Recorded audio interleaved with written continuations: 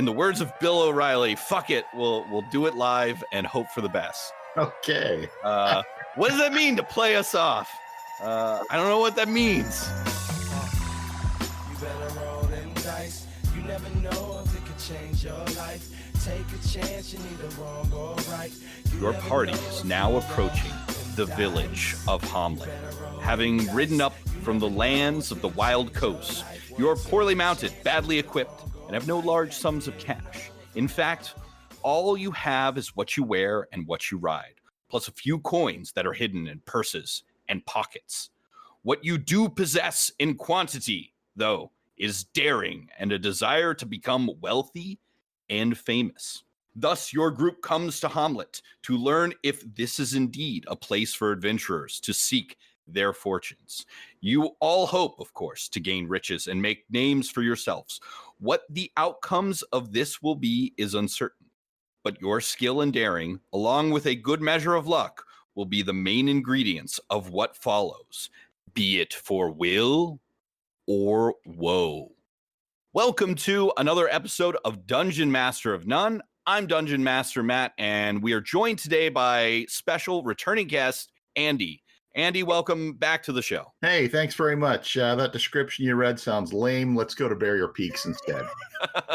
Hell yes. There are not enough lasers and robots in this adventure, but we are talking about Gary Gygax's classic module, T1, The Village of Hommlet, Introductory to Novice Level. Excellent. One of my favorites. So glad you invited me on to talk about it. We are happy to have you. Andy, how's your gaming been going? Anything you're excited about these days or absolutely loving or it's really, pissed you off? Yeah, so I thought for sure COVID-19 was going to absolutely screw up my gaming life, but it turns out that I am doing more gaming than ever. Even though I am an old grognard, I have figured out how to do the kind of gaming I want to do using the tools available to me for remote play. And I've got several groups concurrently going in a kind of a sandboxy adventure. My game that I'm developing called Tales of the Iron League is going. You're announcing it. That is a live Dungeon Master of None exclusive. Continue. Tales of the Iron League. It's a game that's still in development, but the idea is that it's kind of emulates old school play for the benefit of the Houston Food Bank. Excellent. A great charity and a great thing to do. If a listener, let's say, wrote to us at dmofnone@gmail.com and is like, I would love to try special guest Andy's Tales of the Iron League, is that a thing they could do? You could point them to a link, which is ironleague.org, where the most current set of the playtest rules is up. It's not complete. It's not ready for prime time, but there's enough there that people can get a sense of what's going on. Fuck yes. Andy, just for that, I am promoting you to Dungeon Master of None special OSR correspondent. I'm a correspondent. You are. Okay, let's get into this module. This is, in my opinion, I think this is embodies a lot of what is great, but also terrible about older Dungeons and Dragons modules. And I think it has a lot to teach us as dungeon masters, which is why we decided to do a whole episode talking about it. Andy, let's share our experiences with the Village of Hommlet. Yes. So Village of Hommlet was one of those early TSR modules. I got started playing this game in 1980, and that was one of the modules that was available. And as it is the module that is most suited for beginner play, it got a lot of use. And so this was definitely a game that I have personally run in various incarnations and using various game systems probably 20 times. Holy shit. Oh, you're blowing me out of the water here. I've run it twice. Okay. And I was like, I've run it more than once, which is, I think, more than I can say for really any other published module. 20 times. Holy shit. I mean, I don't have an exact count, but that is my estimate. I think it's close. It's canon now. It's on the show. So let's specify that what we are talking about today is Dungeon Module T1, the Village of Hommlet. We are not, although we may touch on it later, we are not talking about the compilation adventure T1 through 4, the Temple of Elemental Evil, which includes a lot of the material from this adventure. We're going to talk about the primal initial adventure, the Village of Hommlet, 1979. Exactly. We're not talking, except maybe at the end, Elemental Evil, Return to Elemental Evil, any of that other shit. And those are good things to talk about, and we definitely should touch on them because they're worth a discussion.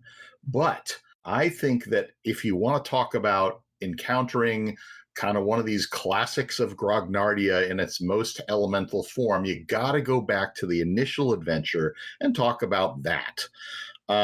So just sort of a little bit of background on this thing.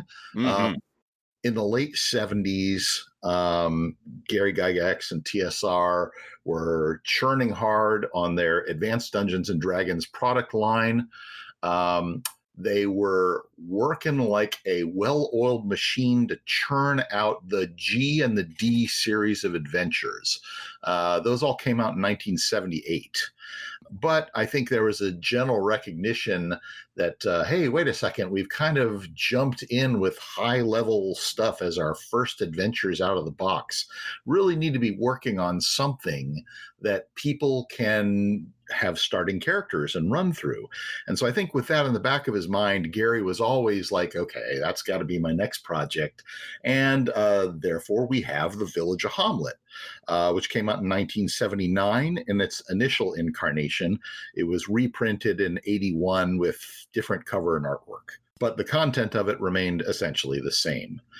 Gary had always envisioned the Village of Hommlet as being a module that, even though it was very different from the G's and the D's, that it was happening in the same world, that similar things were going on, and that somehow all these things would be tied together to indicate that it's all happening in this one shared World of Greyhawk setting.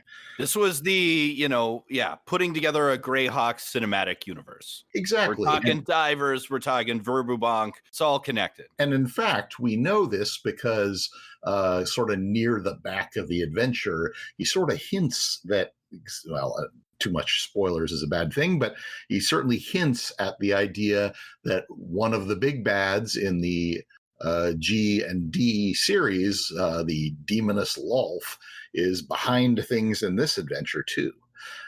So it definitely always in Gary's head was all sort of tied together. Turned out that after this adventure came out, that Gary found himself kind of having a tough time writing. He wound up having to split his attention between this and many other products and things, and Gary had to continuously sort of go back and forth and juggle about a half dozen things at the same time. And as a result, Gary never wound up generating the sequel to this adventure that he really hoped would follow hard on its heels. We didn't get that sequel until 1985, much later on. For those of you who have not read it, several times throughout this module, Gary Gygax is like, you'll find out more about this in the sequel. Right. And yeah. And the sequel, as it turned out, I think is also kind of a classic of TSR adventuring, but it is, I think, nothing like the adventure that Gary had initially thought about for a variety of different reasons, one of which was he used up a lot of his good ideas and some of the other things that he was working on in between. And so he wound up teaming up with Frank Menser to come up with the sequel and blah, blah, blah. But anyway, we're getting away from the actual adventure itself, which I have a great deal of affection for. As you mentioned. So do I. As you mentioned, a lot to learn, some of them in a positive sense and some of the lessons in a negative sense. Yes. I hope, listeners, that this episode will, whether or not you're interested in running this module, will provide you with some tips and advice for sort of planning out your own adventures or working with existed published material, because just like Andy said, it's a masterclass in what to do right and what to absolutely fucking not do. And before we get any farther in depth, right, for people who might play at it or who don't want any spoilers, I want to do two things. First, answer the question, is this a good module? And specifically, is it a good module for new players? Okay, I'm going to answer it by cheating. I'm going to say it's half of a good module. This module is a great background. It is a module that a good DM can pick up, flesh out, and turn into a great module. But if it is just run as it is, black letter text, I think there's a real potential that a lot of your listeners are going to get bored. Yes. Especially if you're familiar with like any module published in, let's say, the last 20 years, which kind of walks you through things. This one does not. However, I kind of agree with Andy here. It's basically, if you want to spend, I don't know, I want to say like 8 hours sitting down with this module and adding your own stuff and planning and plotting things out. We'll get into the specifics later. I think it's a great module for new players. Right. So, I mean, let's just talk about the structure of this adventure. What are you getting? You read the starting description, in which basically neophyte adventurers travel a long ways and come to a place called the Village of Hommlet. And they have more detail in other areas of the intro, but it basically says, not long ago, maybe 10 years ago, this area of Greyhawk was a very dangerous and fraught place where mighty forces, evil and good, were fighting with each other over kind of the control of the heartlands of this World of Greyhawk area. And ultimately, evil lost, that the good guys drove away the bad guys, put them to the sword or otherwise disposed of them. And then suddenly the land was at peace. And that was true for a decade or more. And yet recently in the now peaceful area of Village of Hommlet, which has grown prosperously, there are now whispers and rumors that maybe bad things are afoot, that brigands are haunting the lands, and that adventurers would return to this area to seek glory by fighting monsters and taking their stuff. Imagine that you just said that in like Kate Blanchett's dulcet tones at the beginning of The Lord of the Rings. And yeah, it's that kind of setup. Yeah, if I could do that, I wouldn't be on your podcast. No, you'd be on a better podcast. That's right. So that's like the kind of background information. And again, without getting into too much detail, which we'll get into later in our kind of spoilers section, this module gives you a ton of details about a village rife with intrigue and a 2-part dungeon. And that's pretty much it. It's a pretty straightforward on the surface setup. Yes. I think if you see the act of adventuring in a Dungeons and Dragons module as essentially fishing in a stocked pond, where the pond is stocked with monsters, and fishing means you go from place to place in it and kill them and take their stuff, then this is the dungeon for you. Now, it's not quite that simple, because he does give you a lot of kind of tantalizing hooks and tidbits and backstory. So much tantalizing. Gary Gygax is the ultimate tease. Right. He doesn't go into a huge amount of detail on any of it, but at least he throws it out there. And I actually like that. I feel like adventures sometimes lead DMs by the nose a little too much. And sometimes the real magic is to be found in that place where the DM takes the hook and develops it in their own direction. And so that part of it I don't necessarily object to. I think the part of it that starts to get a little iffy is there's really no there. There is no overarching story. There is pretty much just, okay, here's a bunch of monsters and a bunch of settings, go forth and kill things. And it is up to the DM to then take that and potentially add to it and make it into something that has a little more interest for the modern audience. Yes. I think if we're getting to the question of should you continue listening to the show for the Dungeon Master tips alone, but to consider running the module, what are the reasons you should consider running it? And what are the reasons maybe this isn't for you and you should just glean this episode for your own Dungeon Master advice? I think one reason you should consider running this is because if you have the type of group or you want to run the type of game where there's a ton of plot hooks and then you develop the ones that your players are interested in, maybe without completely knowing what they might turn into, I think this is a great module for that. So let's expand on that.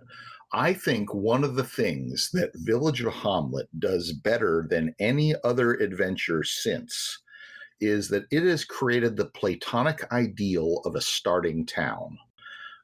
Yes. The Village of Hommlet itself and the descriptions associated with it and the material they present within it are so perfect that I can't froth enough about it.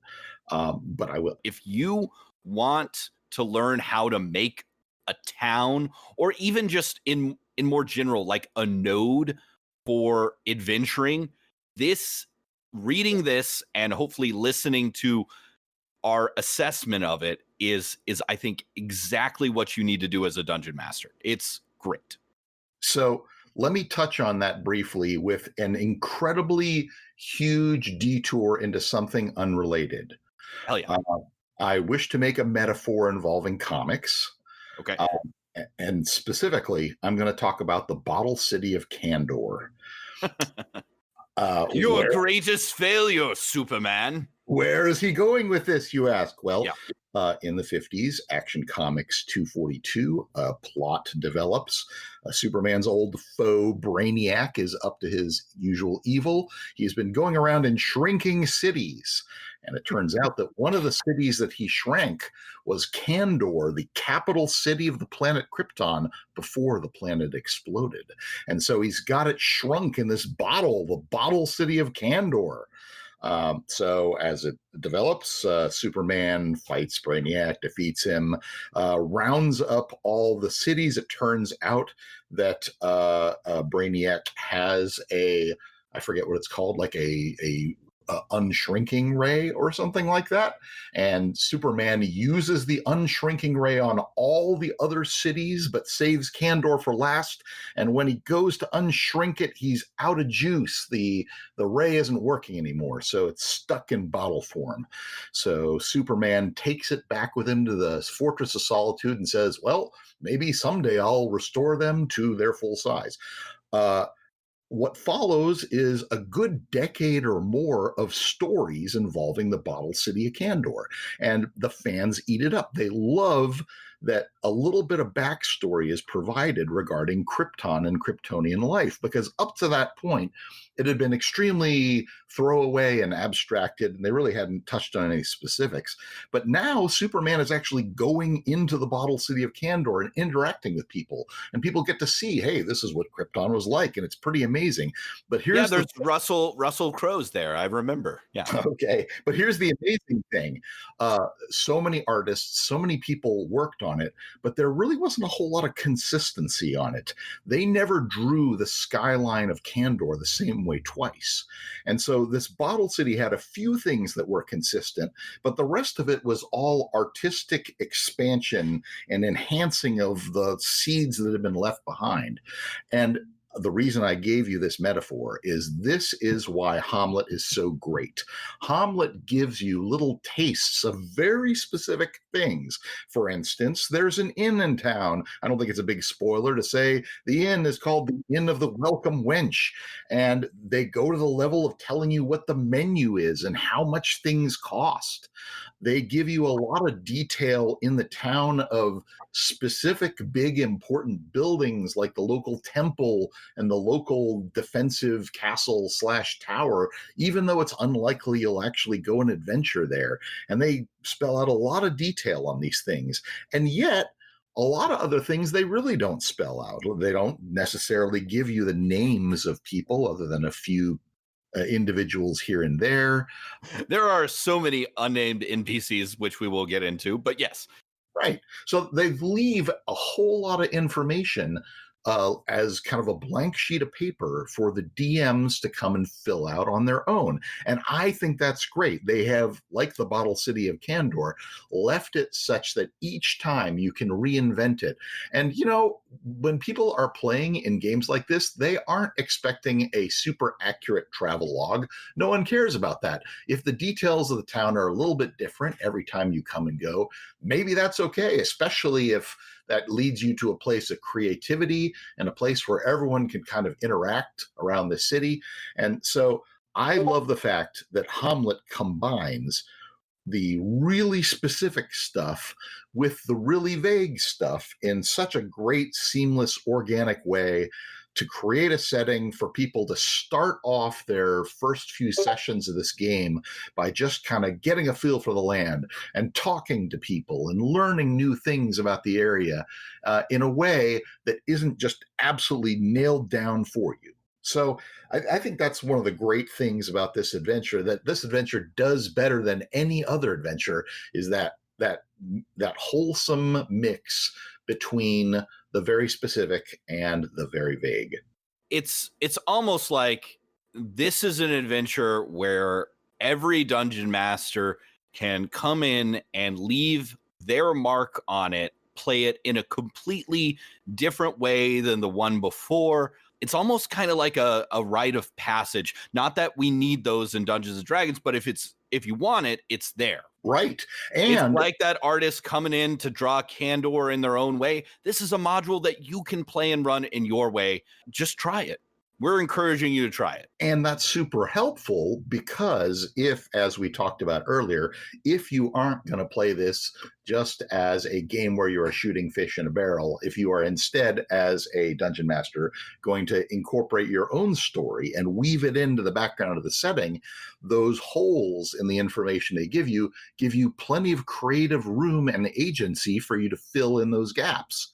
And that's something that I don't know if that's what Gary intended when he originally wrote it the way he did, but he certainly made it useful for people who want to customize adventures with their own stories by doing it the way he did. And I think this is the perfect point to take a turn in the episode and tell listeners that in just a second, we're going to be getting into some spoilers in the module. But before we do, if there's anyone who's like, well, I know my, dungeon master might want to run this very soon. I'm not a dungeon master. That's fine.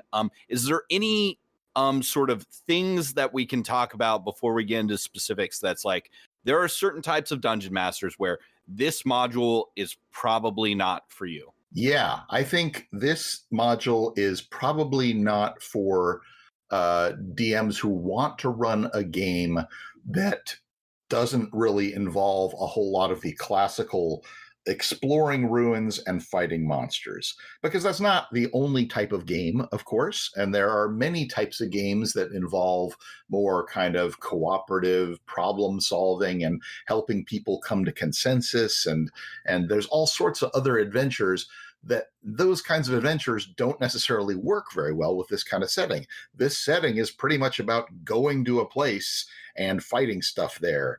And if that's not at least an important part of your adventure style, then you may want to look elsewhere. But with the precondition that you are kind of locked in to the classical dungeoneering sort of style of play, I think that this can be made to work for just about any DM. Yes. And that siren in the background was your warning that we are getting into the spoilers and actual details of the module. So if you don't want to know the specifics of this module, see you later. Thanks for listening. Andy, your point is a good one, because the theme of this module is so strong. If you ask a person who only knows they've only heard of Dungeons and Dragons, but they've heard a little bit about it, and they tried to describe to you what Dungeons and Dragons is, this module has the things that they would come up with, right? an inn where the adventurers meet, right? A little bit of intrigue, creatures of pure evil, the dark gods, a literal dungeon. Yes. The in fact, all this is set up for you in the village description itself. As you say, they give you a gathering place, a natural gathering place in the form of this inn. They give you numerous people who have little bits of information, and maybe by going around and talking to them, you can glean a bigger picture. There are factions, hidden factions within the village who maybe don't have the adventurer's best interests at heart. And so these are kind of a hidden threat that as the adventure develops, that maybe you can expose. And let's get into the specifics of the village. If you're listening, we hope you've got a copy of Village of Hommlet that you've referenced or looked at. It can still be bought in PDF form through the DM's Guild, or there are plenty of used copies that you can find or elsewhere. The village itself, right, is presented in a way that I think if you're used to normal modules is very different. It goes building by building through the village, and then with special attention paid to 3 spots, right? The Inn of the Welcome Wench, the traders in the village, the Church of St. Cuthbert, and then Byrne and Rufus's castle. So where do we want to start with it? so, I mean, let's start with the Inn of the Welcome Wench. We love the inn. As mentioned earlier, it's very, very specific as far as kind of the niggly little details of, what can I drink? What can I eat? Can I stay there? Can I get a room? Yes. The answer to these questions is yes. There is plentiful detail for you to figure out how to do that. But when I was running this for my high school students, I decided I had to rename this the Dragon's Head Inn, and there was a dragon head over the fireplace because I didn't want to use the word winch. But yes, it's a great inn. It is a fine inn. I would say also that they mention some of the non-player characters who you are likely to encounter when you go to this inn. And that can be a very useful thing too, when you are, especially if you're a starting dungeon master and you're like trying to piece together on the fly what people encounter when they walk into a inn. This module does a lot of the heavy lifting for you and helps you develop these things on the fly for you to spoon out to your characters. Absolutely. If you want to start a game where, the players, you read them, the description of arriving to Hommlet, and then they go to the inn for a warm meal after a terrible long journey. If you want to play a game where you're introducing new players to the game, this module starts in a tavern, right? It's great for that. And we get, Furnock of Ferd. We get all these fun little NPCs for them to, right off the bat, after they've introduced their characters to each other, interact with. Right. And what's important is that some of them are just fun to interact with. Some of them are really important to interact with because it turns out that when you get deeper into the adventure, things get very dangerous. And that having the assistance of higher level, better equipped non-player characters is something of tremendous use and importance for the survival of the party. And we'll get more into that in a second. But at the Inn of the Welcome Wench, you can make the introduction of a number of those people, which is sometimes a good thing and sometimes a bad thing. Let me tell you about one of the bad things. Do it. One of the non-player characters is kind of a plant planted by the good guys, a guy named Elmo. Oh, we love Elmo, don't we? Elmo pretends to be just kind of a dumb man-at-arms who's willing to hire on for a share of the treasure and is willing to go and fight evil. And if you need help, he'll help you out. In reality, Elmo is actually a very competent fellow who's probably higher level than any of the characters will actually achieve during this adventure. That's good if the characters get like in over their heads in danger. It's bad because really this adventure ought to be about what the characters do. If the characters get bailed out by high level NPCs, are they really having a heroic adventure, or are they actually the sidekicks? I think this is one of the many, many tweaks that most dungeon masters make to this module. In my own runnings, Elmo is maybe a level or two higher than the players, but he's not a 10th level ranger or whatever he is in this thing. Right.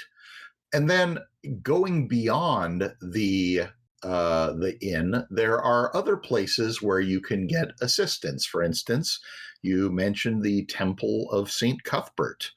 The temple is a place where there are a number of clerics who work there. Some of them are unlikely to be of immediate help and may just be kind of stern elders who scold people and attempt to get them to donate money. But some of them may be younger and more energetic and willing to adventure for a share of the treasure. You mentioned the castle of Byrne and Rufus, important political. Our beautiful gay dads. We love them. Yes, they are commonly seen by fandom as two close friends who may not just be platonically close, but they are also agents of the not very far away political authorities. And this is the first Dungeons and Dragons ship, I think. Okay. I have no authority with which to prove that, but I'm going to say it's true. I will not argue with you because I can't think of a counterexample right now.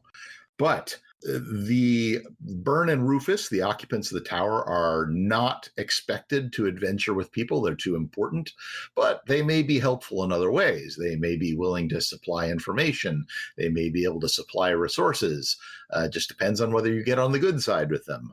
And so there's definitely ample room for players, especially ingenious or thoughtful players, to figure out a way to maybe get assistance from the denizens of Hommlet for when they leave Hommlet to go and do dangerous things. A couple examples here, Andy, that I think are important if you're interested in running this and sort of teaching yourself how to flesh things out, right? This is useful for a published module or your own idea where you're like, there's a temple of the gods in this place. And then how do you flesh that out from there, right? Gygax provides us like with a little bit of clues, but then it's kind of free reign to go from there. An example, with the Church of St. Cuthbert, we're given all of these wonderful examples of the sayings of the church, such as square corners can be pounded smooth. Thick heads are not made of glass, right? That give us the attitudes of the priests of this religion. Stern, practical, take no nonsense, but very much interested in eradicating supernatural evil. With Byrne, right, the most worshipful mage of Hommlet, right, we get that title and we know that, maybe he's a little bit pompous, maybe he's a little bit full of himself. Fleshing out these NPCs is, I think, for me, one of the funnest parts of prepping this module. Yes, and I think they give you lots of room to do that. As you mentioned, they give you these little hints, these little teasers about maybe this is who they are. But then they say, both Byrne and Rufus, or perhaps both of them, can be found at the Inn of the Welcome Wench drinking. And here's the percentage chance that they'll actually That's be great. there. And so they give you these little details, but then the rest of it is for you to fill in. And I think that's great. If you were, I'm sorry, go ahead, Andy. Well, I was about to get away from the helpful people and then get into the neutral people. You mentioned Furnock of Ferd. There are various NPCs who are not there to help, not there to Hobart and Turok. Yes. two other guests at the Inn of the Welcome Wench, who there are many guests at the Inn of the Welcome Wench. Some of them might be interested in adventuring. Some of them might be interested in adventuring because they want to rob the player characters and maybe pretend to adventure with them, but hang back from the trouble. And then when they're weakened, kind of polish them off and take their stuff. And that's a great kind of encounter to fill in some ways. In some ways, it's also a little worrying.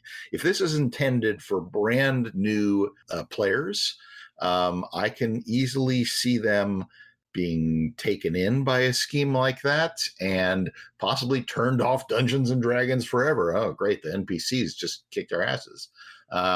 So I think that's something that DMs need to be careful with, they need to use sparingly.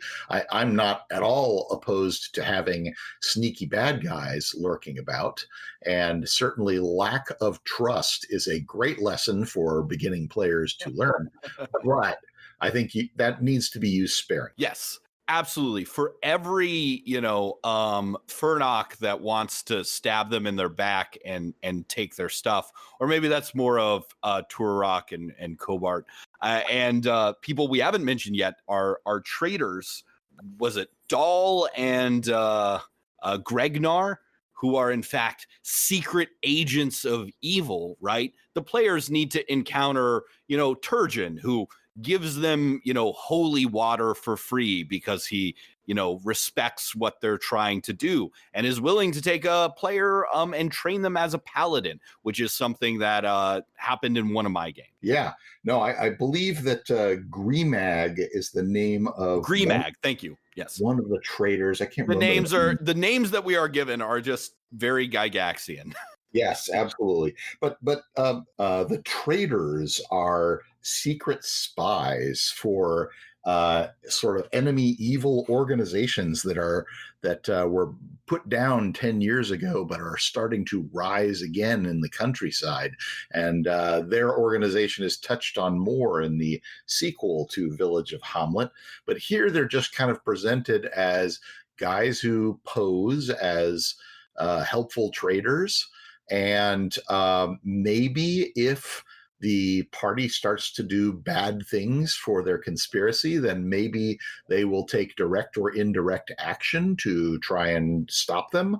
But they're sort of intended to remain hidden. I think in the best possible play, they are only revealed after considerable investigation and maybe them showing their hand prematurely or something like that. Yeah, they're kind of in the background. They're very much, it's very difficult for players, and I think this is a positive in their first kind of, let's say, walk through the village, through this node. There's only a very small chance that they would ever suspect that these two traders, a courier that comes to town to visit them sometimes, and one of the laborers on the castle are in fact spies for this temple of elemental evil. Yes. And in fact, there are a number of bad people, and they leave the possibility open for there to be more bad people. For instance, kind of at the conclusion to the adventure, they say, well, if the good guys are completely successful in going over to the adventuring area and killing the main big bad guy there, it's possible that the traders will facilitate this assassin visiting the town and trying to kill them off. And so he really kind of gives you the possibility for a development. It's a lesson learned. Never brag about something to someone who could inform the demoness Lulth. Right. Yes, that is definitely true. Beyond just the evil factions, and this is, in fact, I think, my favorite part of the whole adventure. I think it's a thing that after you read through the village section once, and we have to mention, this can be kind of hard because it seems like a lot of the chapter is taken up by description of farmhouse after farmhouse. And this is, I think, unlike, let's say, the last module we did a deep dive on the show, The Lost Mines of Phandelver. Every single person who lives in this village isn't named, but they are listed, right?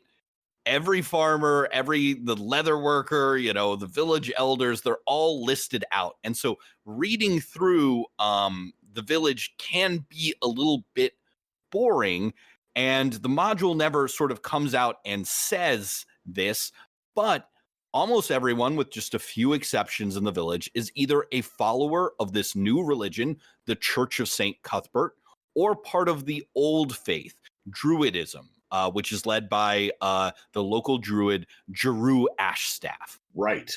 And they kind of go into detail on factions that later on in this shared world that TSR creates are dealt with in much more detail, but they're at least touched upon here. So, for instance, 1979, before we had a fully fleshed World of Greyhawk gazetteer sort of a thing, there are hints about the gnomes of the Cron Hills, of the elves that live to the south, of the druids of the gnarly forest. Them gnarly druids. Yes. They're gnarly, man.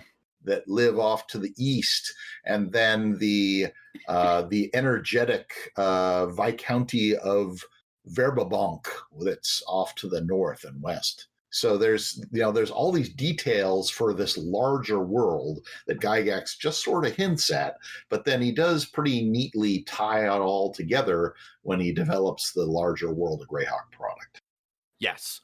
And one of the fun things that I think this module is great at, we touched on earlier, I want to go into depth in it now, is that by giving you, there are more hooks than I think we can safely say that no campaign could truly explore all of these.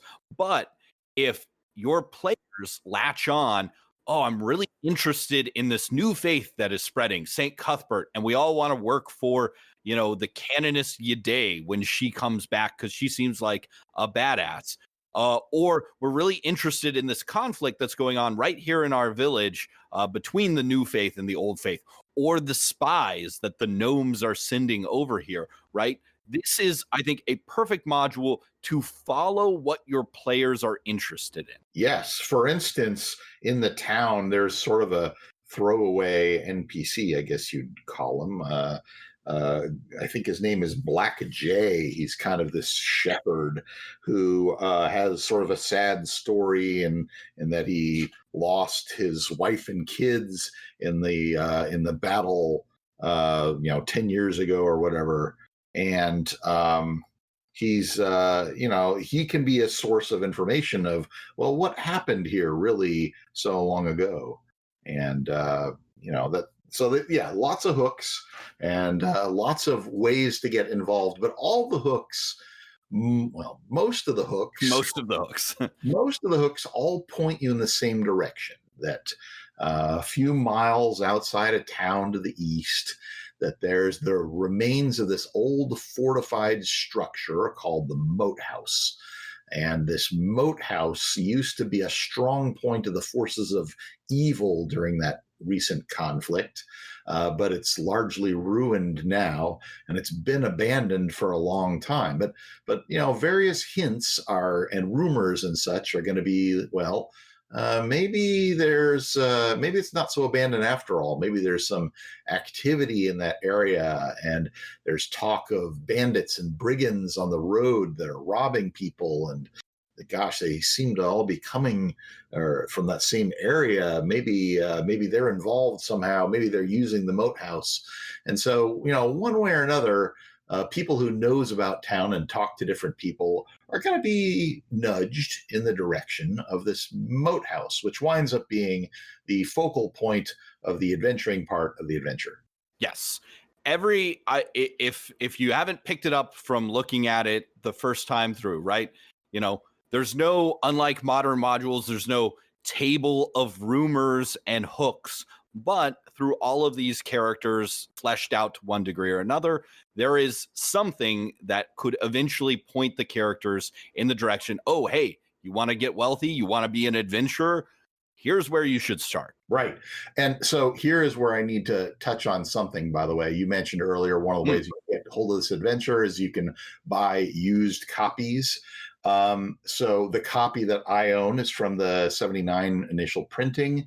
And the art in it was done by Dave Trampier, who is one of the great stable of fantasy artists used by TSR in their heyday. Dave Trampier contributed 6 pieces of art to this module.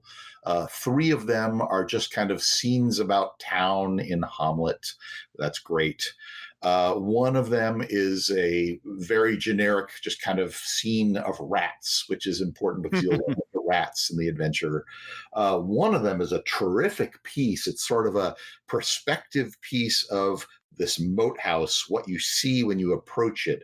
And it's one of the single most useful, I think, pieces of art that's ever been included in an adventure because it's almost photorealistic and it really gives people the sense of what things are like at the moat house. Yes. I had the advantage of last time I ran this, I had a PowerPoint projector behind me and I was able to click a button on my mouse and then there for this entire section of the adventure, there's the picture of the moat house. And It's incredible. You need a copy of this to hand to your players. But I mention this in order that I can mention that the last piece of art, which happens to be the piece of art that goes on the front cover of the module and therefore is visible to the players if you are using the map as a stand-up, is the biggest fucking spoiler you've ever seen. That basically it tells you who all the bad guys are in the adventure. And I think there's a good reason why they went away from that for the second printing in 1981. It pretty much tells the tale of who the bad guys are and many of the things that you will encounter when you go in this adventure. So my caution to you is if you are in fact going to buy an old copy of the adventure, maybe you want to cover that front cover up just so that people don't get the wrong idea or show it to them later. You know what I'm saying? Absolutely. And the moat house is, I think, a really interesting dungeon, right? Because just for people who are not looking at this, the moat house has this upper level and then a very kind of hidden under level where the plot kind of continues. But let's start, I guess, with this upper level of the moat house, this ruin that the players up until this point probably only know bad things or bad people are coming from here. Yes. So I love the upper works. I think the upper works are much superior to the lower works as far as I'm concerned, as far as quality of adventuring play. And I love it for a variety of reasons. Can we talk about frogs, Andy? Can we talk about the frogs? Well, let's start by talking about frogs. Let's talk about the frogs. One of the first encounters is that the moat house is located in this swampy, low-lying region.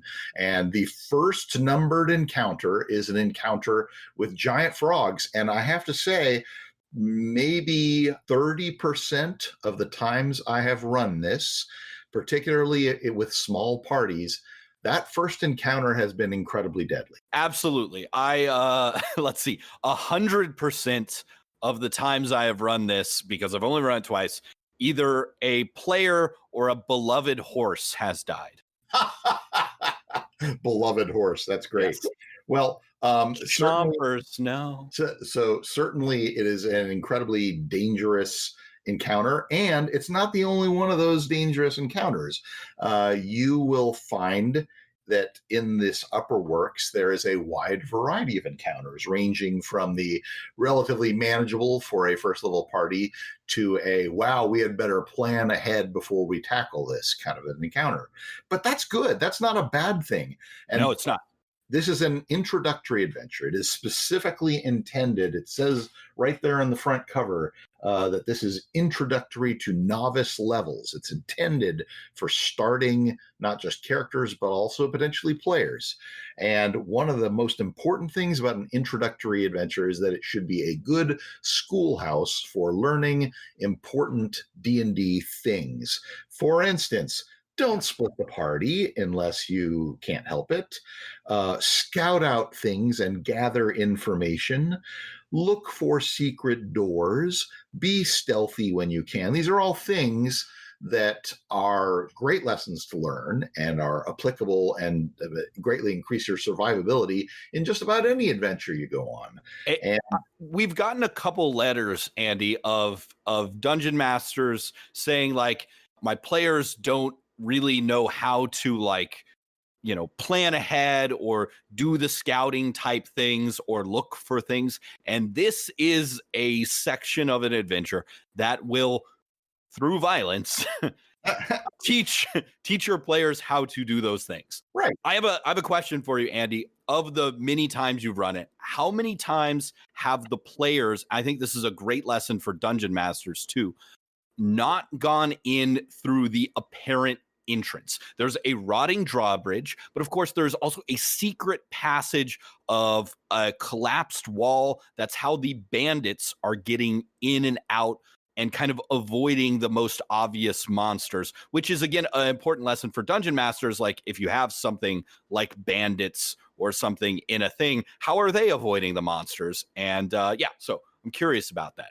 Well, so the vast majority of the times that I've run it, they've gone in through the front door, and at least in part, that's because that great piece of art that I mentioned earlier, that piece of art very clearly shows here's the main entrance and here's how you get across it.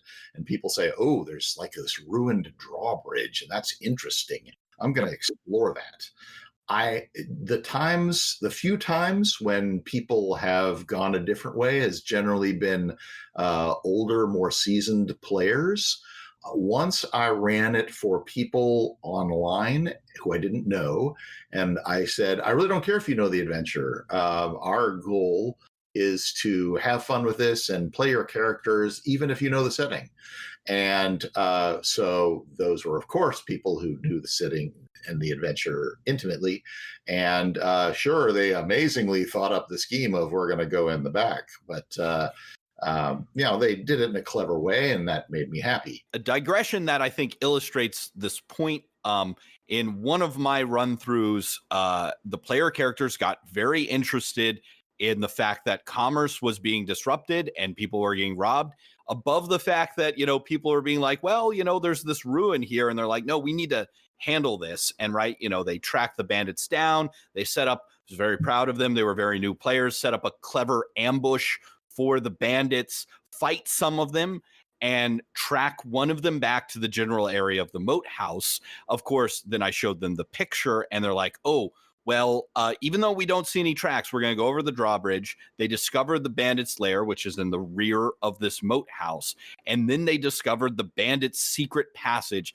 And they all learned, and through the rest of our time playing together, it was sadly cut short by COVID, that, there can be secret passages. So when Andy and I talk about this as like a teaching module, both for players and dungeon masters, like if you want to teach your players through play to look for secret passages, this is how, right? Absolutely. Yeah. That, in fact, the secret passage that I'm thinking about is one that allows the players to shortcut some fairly dangerous encounters at lower level. And so that it's absolutely a linear connection between learning this skill and improving your survivability. Right. If they learn this skill and they put it into practice and, maybe get lucky too, right, they can immediately reap the rewards, right? For example, one of the, and we've got a lot more to cover here, but one more thing I want to highlight is there's a lot of giant bugs and other shit in here. There's a ton of, I feel like this module is mostly like giant monsters, right? Giant versions of regular monsters, giant frogs, giant snakes, giants, crawfish, and giant spiders. Don't forget a tick. There's a giant, oh God, the fucking tick. And a snake, sorry. The first giant monster players are likely to encounter, the one right next to the entrance to in a tower next to the door into the moat house, has it taught one of my groups, this was the other group, to sort of try and discuss and draw connections from things they observe, which is really a learned skill in Dungeons and Dragons that's really applicable to any type of play. When players enter this half-collapsed tower, they see a corpse that is kind of a dried up, desiccated husk, right? It's died unusually. If they maybe take a second to discuss, well, what could have done this, and decide, oh, maybe something in here killed it. And now for people who've played a lot, you might be like, oh, that's fucking obvious. But for new players, it really isn't, right? And they learn, oh, maybe there's a monster in here. We should be cautious. Right. I think another thing that's very helpful from a teaching standpoint is that, at least as far as the upper works goes, it's not an aggressive dungeon. So what do I mean by that? Ooh, this is a great point, Andy. God damn it, this is so good. There are plenty of adventures where you go into that adventuring area and it's full of people who respond to your invasion and come and get you. If you are discovered, maybe they raise an alarm, maybe they bring in reinforcements from different points, and that can be very, very deadly for new players who are just kind of learning the ropes of how to adventure.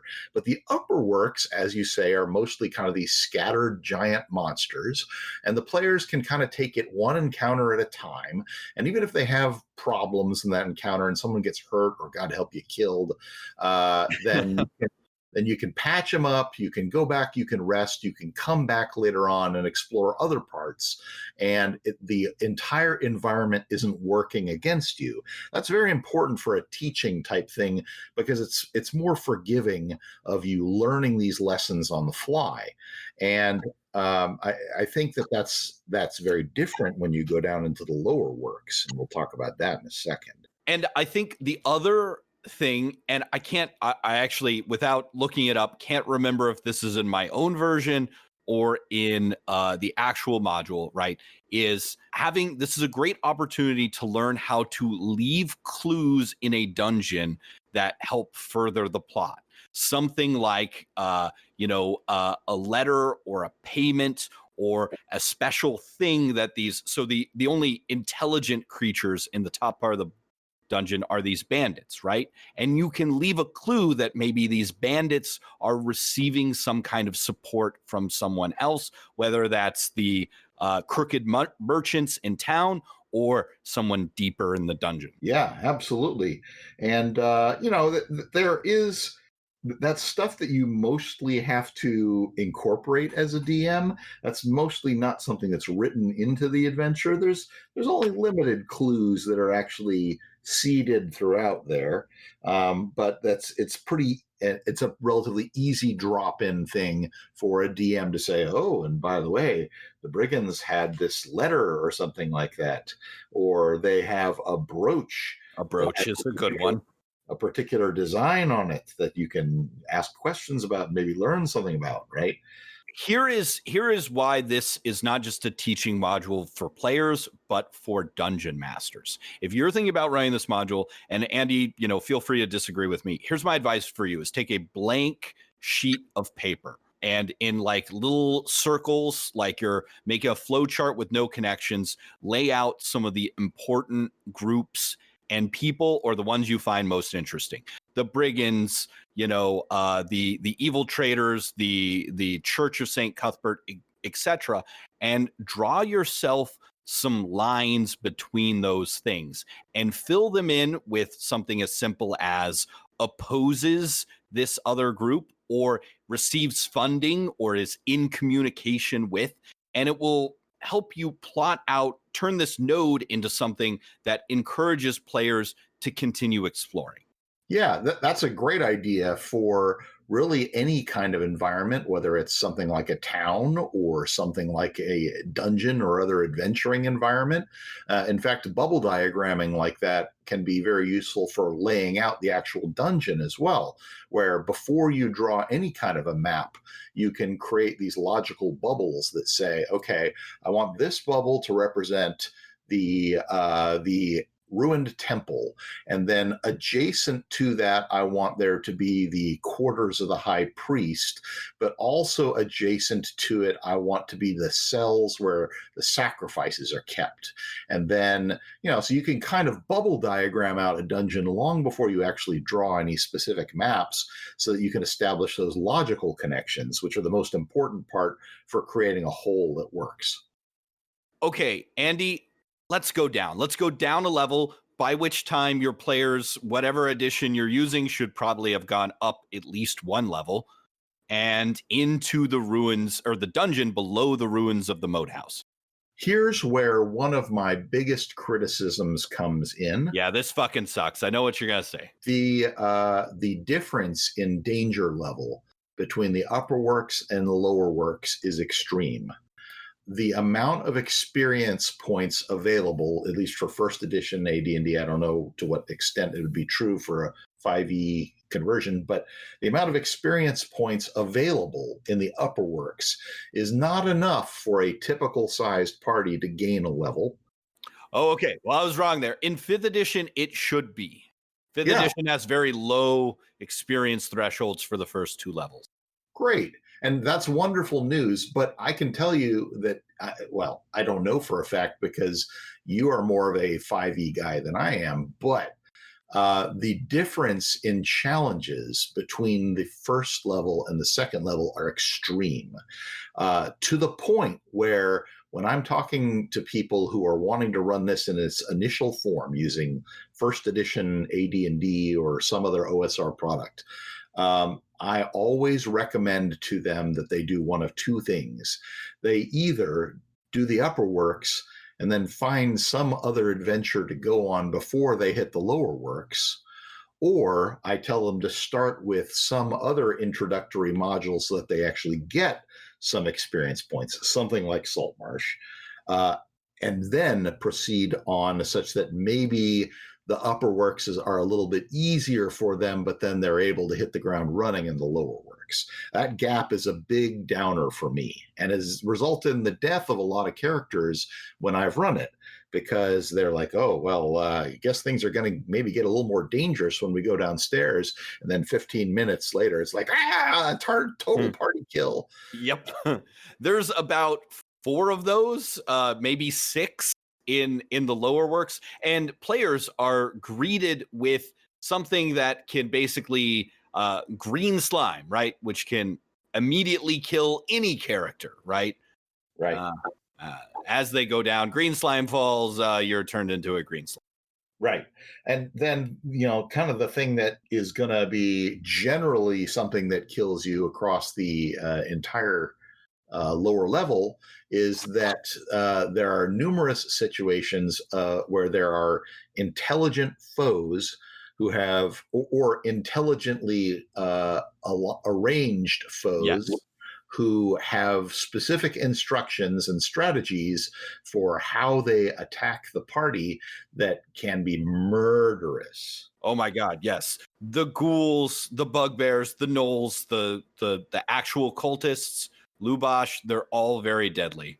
One of the first encounters when you come down the stairs into the ruined basement below the moat house, a basement that for whatever reason is not full of water, even though it's in a marshy area, but we won't get into that. One of the first encounters they have is sort of in this old ruined jail cell area, and it's got zombies hiding in the cells. And zombies are pretty bad by themselves for first level characters. They're, potentially a fairly powerful undead, especially if you don't have a lot of clerical assistance. But to make it worse, they have this pattern where they attack you in a way that they try and trap you from escaping. And there's a lot of them. I think there's 12 zombies. There are 12 zombies. And that's a lot of zombies for a first level party. And at least 4 of them will take multiple hits to take down. It's a dangerous, difficult encounter, and it's by far not the only one like that on this level, especially when you get over to the back end and you have fights with the bosses. That will kill you unless you are very well prepared with lots of help. One point I want to add to this very dangerous lower level of the dungeon is a lot of these things I think can be easily adjusted if you don't want to run a TPK murder machine meat grinder adventure without sort of getting rid of some of the fun lessons that players can learn, right? You can make the zombies incredibly slow. They're missing legs and things, and they only move 5 or 10 feet, and the players can run away if they want. You can make the intelligent monsters more willing to talk and parlay with the characters. You can reduce the number of ghouls, et cetera, et cetera. So it doesn't have to be a TPK if you don't want to, but as written, be aware it is. Yeah, absolutely. And they do some of that. They, for instance, seed the idea that there are numerous groups of evil humanoids lurking down in this dungeon who are working for the big bad, again, trying to bring back their evil cult to ascendancy. And they go to the point of saying, well, this group of evil humanoids is kind of the favorites, so their morale is extremely high. But this other group of evil humanoids is kind of gets second-hand treatment, and so if you approach them by trying to bribe them or whatever, they're likely to just take money to leave.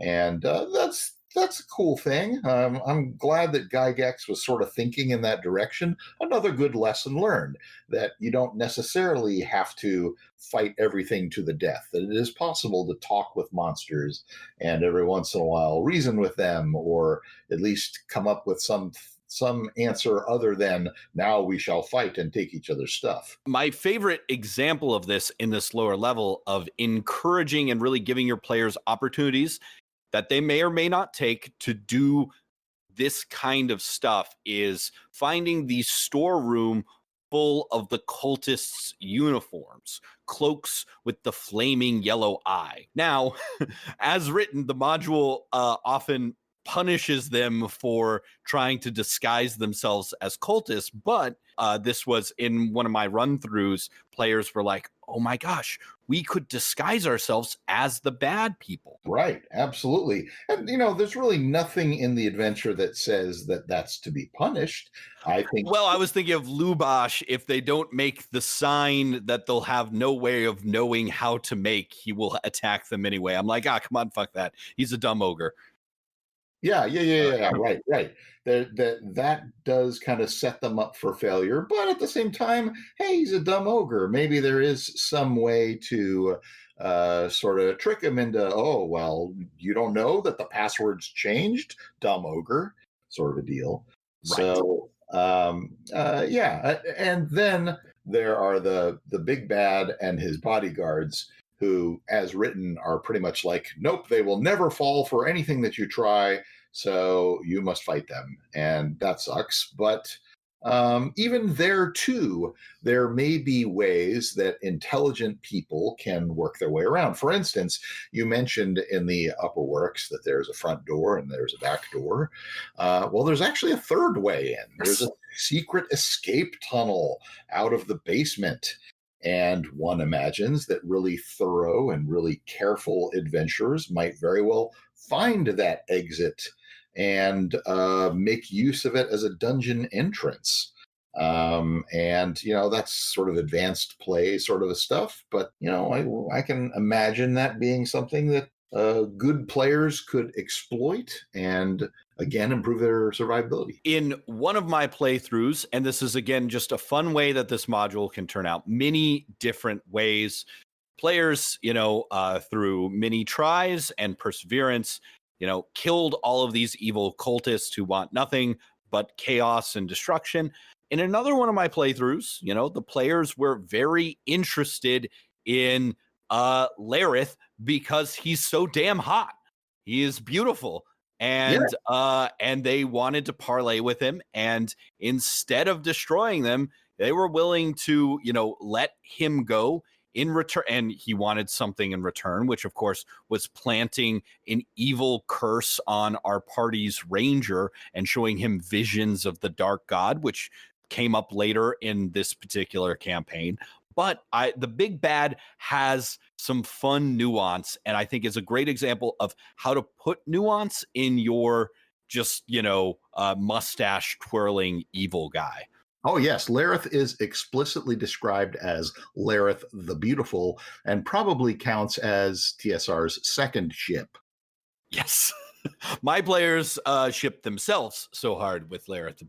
Yes, excellent. Well, that's as it should be. But Lareth is well protected with many dudes, some of whom are elite. And that last encounter with Lareth, who is higher level than any of the players are ever going to be, is really a meat grinder. And gosh, that's one of the challenges, even for experienced and prepared players and characters, that's going to be one of the challenges is how do we end this adventure without killing everyone? Because that last encounter is really bad. It's super rough. It can be done, but it's still really rough. It's really rough. The bad guys are prepared. They're intelligent. They have a defensive position. Unless your players, even if you've leveled them up, right, to third or level or something, unless they come up with some kind of plan, this is a encounter that will not be conquered without mass death. Yes, absolutely. I know that the senior intelligent group who knew the adventure had a plan involving smoking them out. Of course, they knew that they didn't have any captives or anyone else who would also die by the smoking out. And so, of course, this was a good idea. But, stuff like that, trying to figure out some way to give yourself an edge, that might be essential for a group to really figure out how to win walking away from this final encounter. What else do we want to say about the lower level?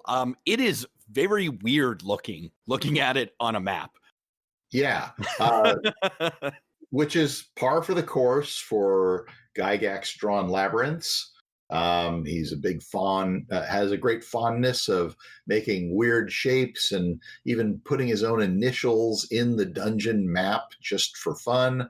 And so it is pretty crazy. It definitely gets away from the regular geometries of the upper works and gives you the sense that, man, whoever dug this stuff was insane, which, as it turns out, they probably were because of stuff we learn in the sequels. But nevertheless, it's freaky, and whoever maps this out is going to be like, wait, what? It does what?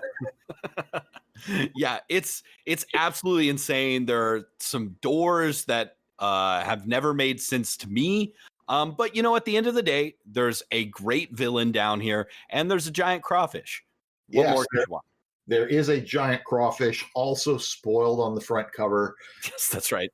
And but yeah, that's actually one of my favorite encounters is that it's lurking in this subterranean well, and it has quite a bit of treasure down there, but it's under the water, and someone's going to find it by being grabbed by a huge claw, and man, that thing will kill you. So this was another teachable moment for one of my groups, which I added a bunch of pole arms, just sort of like, we just keep, these are our crawfish poking pole arms, like in the hall outside. And the players are like, why are these here? And then, someone gets a claw to the ankle and they're like, oh, now we understand. Yeah, that's your turn. I don't want to do it. We've come to the end of the written module, unless there's other things you want to highlight. But I think there's still a couple of really important things to talk about. For my part, what I would want to talk about is how this adventure ties into other stuff. There is, like I mentioned, a lot of kind of denouement material about at the conclusion of the adventure, here are some things that could happen. And there's going to be a sequel, and it's going to be awesome, where you encounter the Temple of Elemental Evil. Which is just a fucking great name. It's good. It's pretty good. And they did ultimately, years after they created this adventure, they did ultimately create the Temple of Elemental Evil as a sequel, which is one of the largest, just physically largest labyrinths of encounters that I've ever seen published. And, kind of the first mega dungeon in some ways. And I do have to say, the first time I ran this, I was like, you know what? We're probably going to do this next. I'm going to start reading this. My players are still poking around Hommlet in the upper levels, but I'm going to get started reading this stuff. And for me, I'll be honest, I didn't care for it at all. And I let my adventure go in a completely different way. Well, of course. And that is because it, like Village of Hommlet, is very much kind of this pure monster environment. And if you only have appetite for that in small to moderate doses, then that's a bit much. It delivered what it promised, which was kind of a follow-up of what the evil plot is and how they're going about it, and some plentiful more things to slay and stuff to take. It was as advertised on the tin. But the adventure really is a good tie-in to the rest of the Greyhawk lore. Not just other adventures, not just the world of Greyhawk setting itself, but they wound up using this as sort of a tie-in to future products. Certainly, they tied together the Temple of Elemental Evil with the two other big adventure campaign compilations, the Slaver series, and then the GDQ, the kind of Descent into the Depths of the Earth series, which theoretically, if you did all three of them, you could take characters from first level up to insanely high level.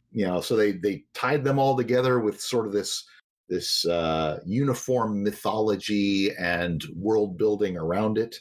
Subsequent versions of Dungeons and Dragons continued to use the Greyhawk setting and tied into it. When third edition came out, one of the big tentpole products was Monty Cook's Return to the Temple of Elemental Evil, which sort of took the events of this adventure and extrapolated it a little bit into the future to see why things were the way they were. Why is the lower level of the moat house so crazy? Well, that kind of gets explained a little bit. And that is also a very worthwhile adventure to explain, because most of what Monty does is great. But anyway, this is the Temple of Elemental Evil stuff is so pure. It's so elementally just about adventuring and fighting monsters that it can serve as the overlay, or you can overlay upon it just about anything. And one example of that is a book, Elizabeth Moon's The Deed of Paxenarian. It was a fantasy novel. And I started reading it when it came out, and got about halfway through it, and then something dawned on me, and I said, wait a second. And I realized that the action was set at the moat house at the Temple of Elemental Evil. And holy shit. Other than the names being changed, it was identical to that. And she's admitted to that. She said, yeah, absolutely. I took the Village of Hommlet and I filed the serial numbers off of it. And they had this entire adventuring thing where they go down underneath this ruined moat house and have a fight with a big bad evil cleric. And obviously that isn't all of Elizabeth Moon's story.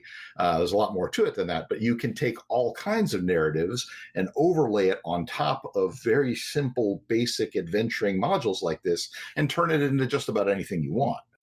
Okay, let's get into some examples of this. So there's all these plot hooks. If you're running this, and if you're looking like, I know I want to run a starter module, but I know I want to connect it to a larger campaign. What are some examples of what you and I have done with this module after Moat House, after the dungeon? Do you want to go first, or shall I? I'll do mine, Okay. or at least one of mine. One of the games that you actually played in was inspired by Monty Cook's Return to the Temple of Elemental Evil. When we first came out with Pathfinder and started playing that, I created Dawn of the Temple of Elemental Evil, which went the other direction. It went when the town of Hommlet is still subjected to the Temple of Elemental Evil's forces before they've been defeated by good, and then exploring what that did to the setting, and it went in very weird directions. But that was a lot of fun. That kind of had this larger mythology that I could use to hang a different narrative on, and it was a lot of fun. It was absolutely one of my favorite campaigns of all time. Speaking of like larger plots, I forgot to mention this. Is this the first time that we dare not speak his name on this podcast, that the Chained Oblivion, who has become very popular in streaming series like Critical Role and stuff like that, was ever mentioned or hinted at? So I'm not sure that it was ever even mentioned in this adventure. I think that was sort of added on in later versions, particularly once the sequel came out. And I think in the pure adventure itself. Well, doesn't one of the evil traders have a scarab that says TZMY? Is that a reference to Tharizdun?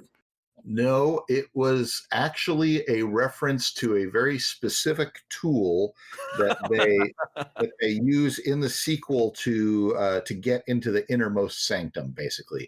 So at that point, there was not a hint of connection to the Big T, but the adventure that started Tharizdun was written not too long after this. That I think.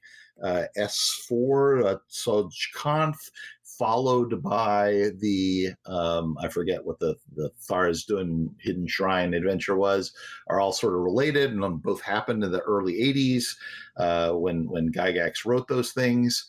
And so that mythology, I think, was never very far from Gygax's mind. And certainly there were these elemental evil shrines that he put in as early as the G series of modules, which were among the first TSR products. So for AD&D. So anyway, I don't think that stuff was ever very far from his mind, and he always had it in his head that he was going to do this kind of overarching mythology of bad stuff. So I assume that was a reference to Tharizdun because I had read a little bit of the next module, but had missed the part about it being a key to something. For me, I thought this was my players wanted to be pirates. I set in one of my adventures, I set the Village of Hommlet on the coast, and they were like, we just want our own ship and we want to go loot and things. And so this, I continued the adventure on this way, in that the cult in the moat house was attempting to draw the chained oblivion to their planet and have him consume the world. And so that was Lareth's plan all along. And while the next couple adventures didn't tie directly into the cult, it came back to bite the players in a big way in the sort of third act of their campaign. Interesting. Sounds like world-shaking stuff. I think one of the last big things, and maybe there's a couple little things we want to talk about, and I know we've been going a long while, I want to quickly go over, if you're thinking about running this, I think there are, a quick list of major things that you might want to be aware of, that you don't have to change, but you should consider changing. I think this is, as we said, a great intro adventure for new players, but one of the things that I would recommend, and I think this depends on your dungeon mastering style, but for me this works really well, is to actually have a sub adventure that happens before most of the exploration of the village and the moat house.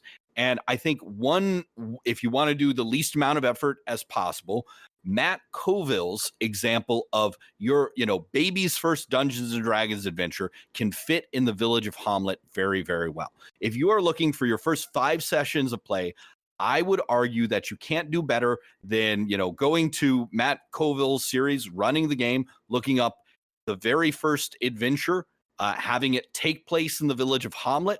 Goblins kidnap a child from Lara the blacksmith. The players go and rescue the child. It can be done in 1 session of play. And maybe those goblins are in fact working for Lareth. And then gives them the chance to just get started, because there is nothing in this adventure that screams, deal with me or do something. If you have incredibly brand new players, that can be maybe too challenging to overcome. If you're too nervous as a dungeon master of just having everything open and you want to get them started on, here is something to deal with. Combine those two and you've got a great intro adventure. And, sort of to dovetail into that, one of the things that I think the adventure does that is fairly flawed is that there isn't a great transition between messing around in the town and then going to the moat house.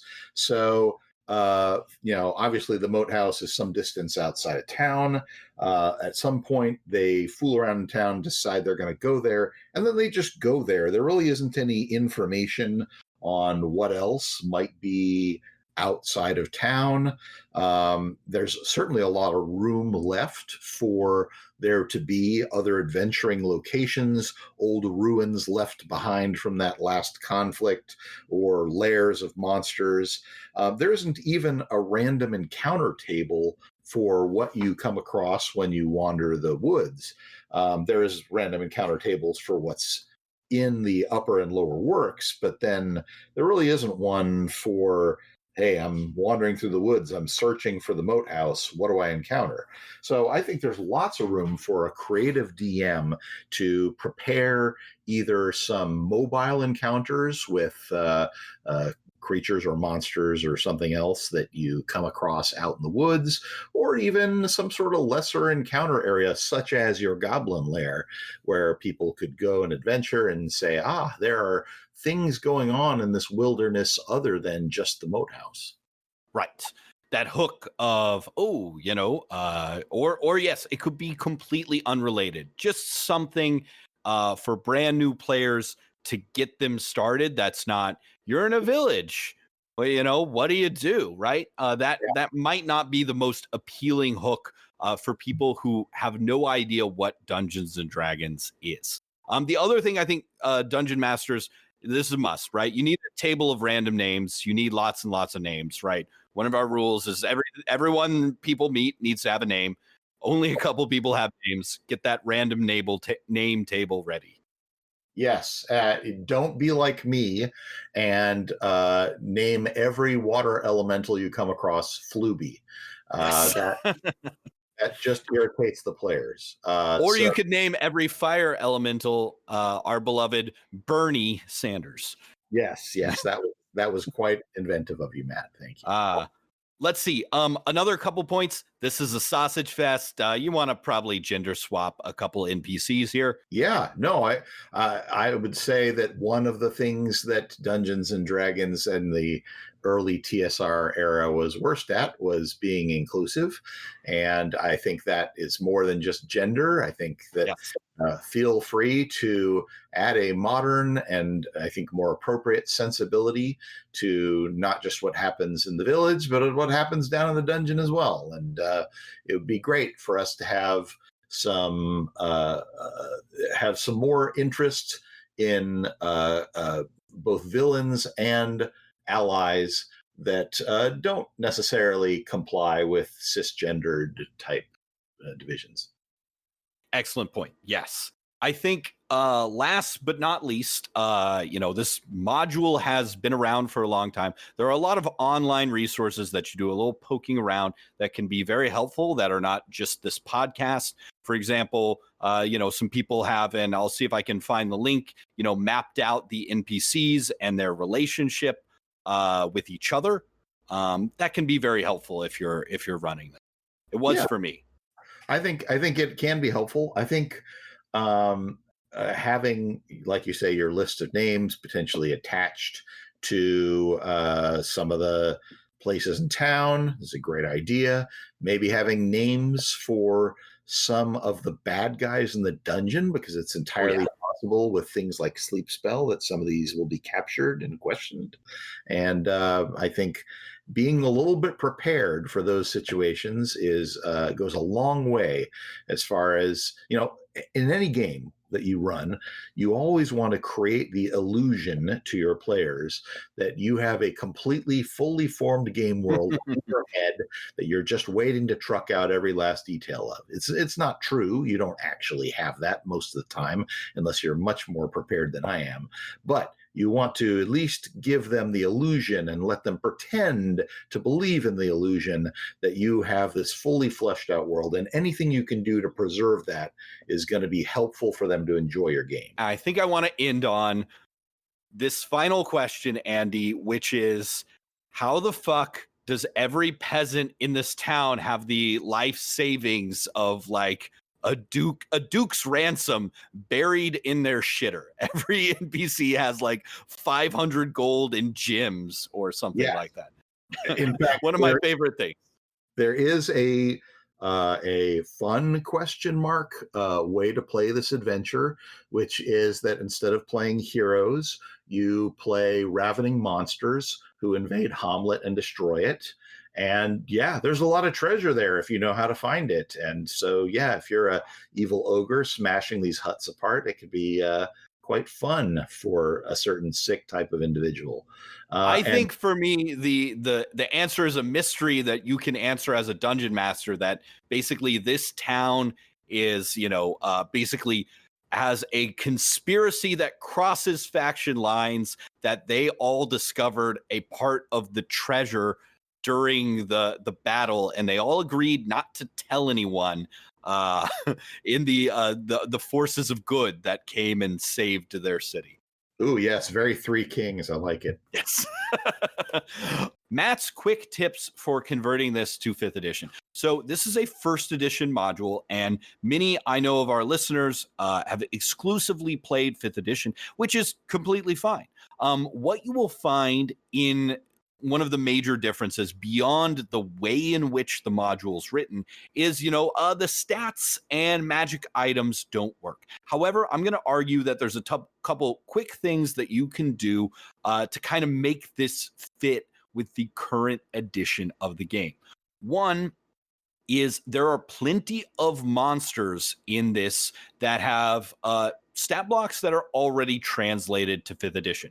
Things like ogres, gnolls, giant spiders. They already have 5th edition stats, and if you have the monster manual or even the SRD, you will have all the stats you need to convert them.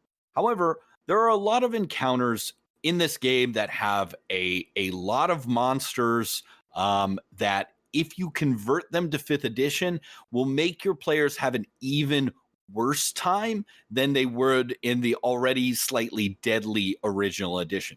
I'm talking here about maybe the groups of zombies, bugbears, gnolls, and bandits. If you convert these straight to 5th edition, you're going to find your 1st, 2nd, or 3rd level players staring down a group of monsters that not only has an action economy advantage on them, meaning they can take more actions in a round than the player characters, which is something you really want to consider when you're talking about balance or challenge of an encounter. They also have a huge amount of hit points over the player characters.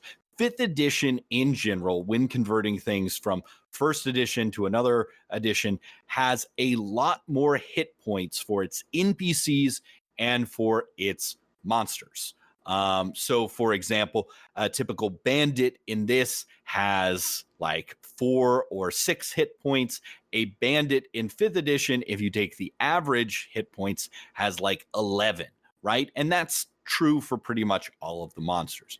What I will tell you is that for most of these encounters, I think your easiest bet that will save you time and, make the encounters more appropriate and while still challenging for your players is just to use the hit points published in the module. Now, this will mean that certain things, like some of the smaller frogs or the bandits in the upper moat house, will drop to a single sword, dagger blow, or cantrip from your player characters. And that's okay. That, in fact, makes it really fun, where your players are, really feeling like heroes as they drop some of these lesser foes with a single blow, while, some of the bigger monsters take 3 or 4 good whacks from the player characters.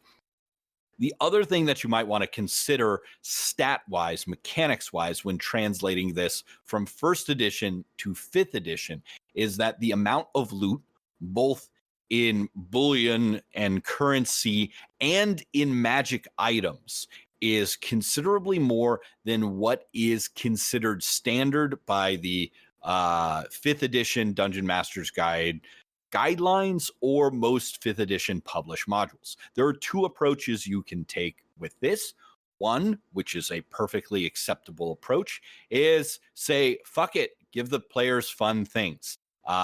This is the approach I would take. This will mean, however, your player characters will emerge, if they survive this module, with a considerable much larger amount of loot in gold and magic items than most typical 5th edition characters of similar level, and that you will then have to, through the rest of the campaign, perhaps keep up that high level of magic items finding, because your players, there's enough +1 and +2 magic items for everyone to find something, plenty of scrolls and the like. The second approach is you might want to tone things down a little bit.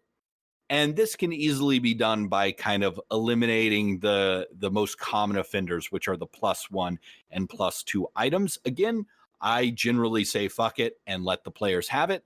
But if you want to get rid of those, that goes a long way. The rest of the magic loot that the players are most commonly encountering are one-shot or consumable items, which can all be very helpful in dealing with some of the tough challenges, right?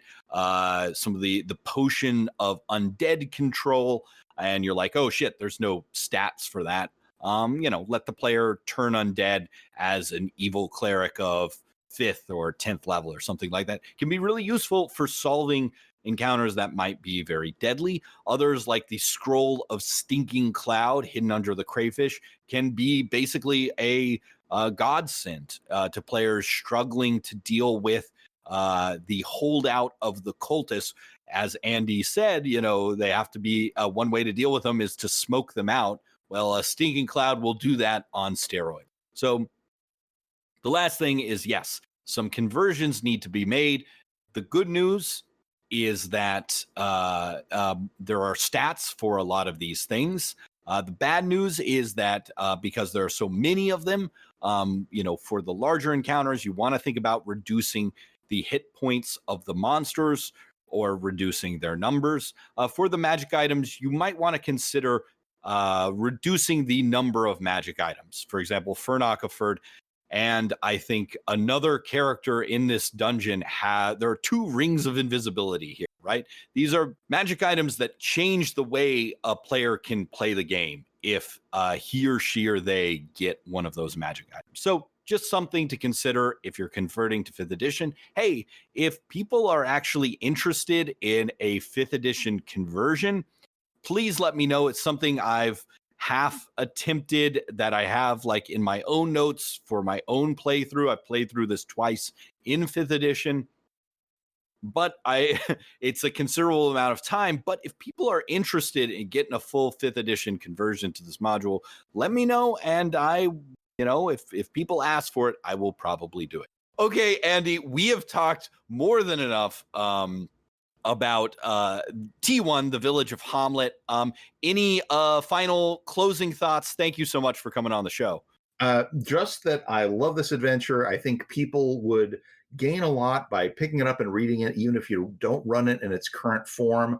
Look for either the 79 printing with art by Trampier and maps by Dave Sutherland, or the 81 printing, which adds art by guys like Jeff D. And then, if you choose to go on to the 1985 sequel, then pretty much everyone in TSR's stable of artistry contributed art to that at one point or another. So if only for the art and the maps and some of the ideas that Gygax had, it's a great source book. I encourage you to find it, read it, and absorb it. And please, listeners, if you have questions about the Village of Hommlet or anything else we discuss, send us an email at dmofnone@gmail.com. Please write and put in the subject line, "Attention, Andy, please complete and publish Dawn of the Temple of Elemental Evil. Please make Andy miserable by forcing him to do this through popular acclaim." Yeah. We're going to make it happen. He's saying no, but we're going to make it happen. All right. Thanks, everyone, for listening. Please stay safe out there and keep rolling them dice. And the sun's setting fast, and just like they say, nothing good ever lasts. Well, go on now and kiss it goodbye, but hold on to your lover, 'cause your heart's bound to die. Go on now and say goodbye to our town, to our town. Can't you see the sunset? said and done.